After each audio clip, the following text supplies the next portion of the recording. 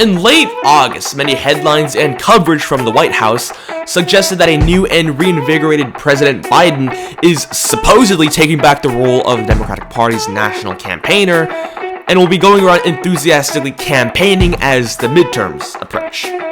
Sounds fair. At that point, Joe Biden's approval rating, while incredibly low, was on the rise. Joe Biden also came off a string of victories for his party, such as passing forward the CHIPS Act, the Inflation Reduction Act, well, the quote-unquote Inflation Reduction Act, as well as canceling hundreds of millions of dollars in student loans, all of which are designed to energize Democratic voters. Right now, if we're going by those headlines, we should see Joe Biden out there campaigning for Democrat candidates in key states and swing states. It's important to remember that he's the president. If he wants, he can bring national attention to a specific candidate or race and unite an entire voter base behind an otherwise unknown candidate. The president has just that much power over national politics.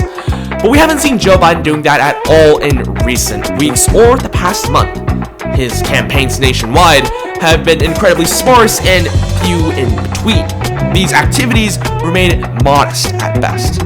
I mean, if you take a look at his Air Force One travel stops weeks before the midterms, he far under-exceeds both Trump and Obama.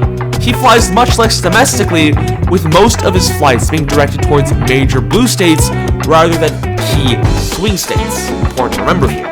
Sure, he attends a lot of Democrat National Convention dinners and fundraisers, but he hasn't done much in the way of campaigning. In saying that, Democrats have been incredibly distant from Biden in their messaging. For example, Democrat candidate Tim Ryan of Ohio, who's going up against J.D. Vance in a very winnable race for the Democrats, is separating himself from President Biden. He's suggesting that Biden shouldn't run in 2024 and also leaving out Biden in his campaign speeches. Doesn't sound like a coincidence to me.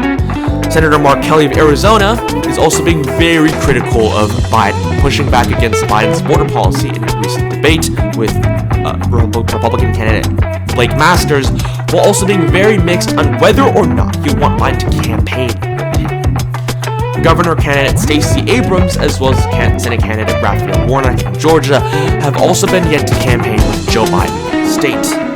Joe Biden's name is usually left out of Democrat campaign websites and Twitter accounts in favor of directing attention towards kitchen table issues, so think energy and inflation.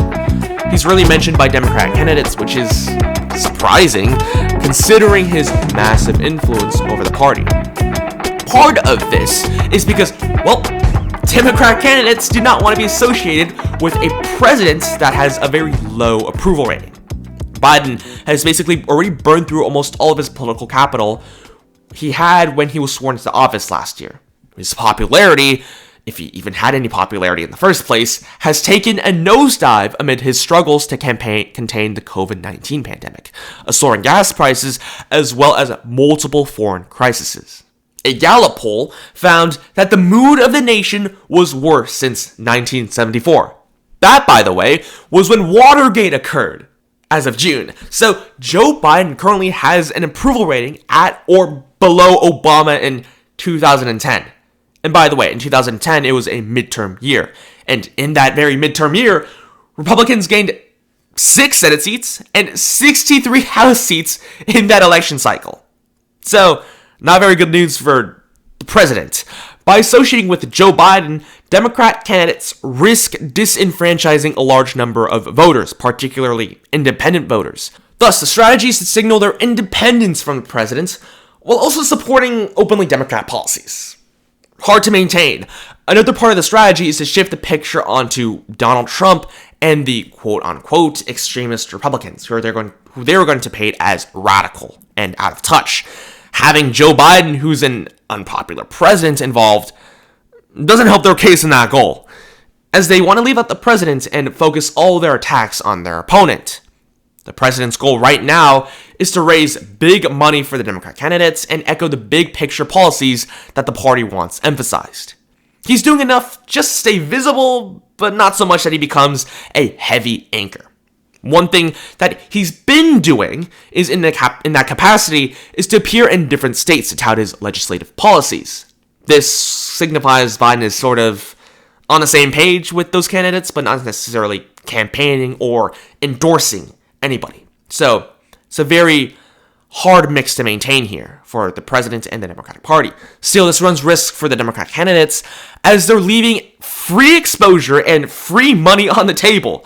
Another potential strategy is to link up with Joe Biden regardless of how they will be viewed. After all, the Democrat candidates will still be attached to Joe Biden's presidency no matter how much they try.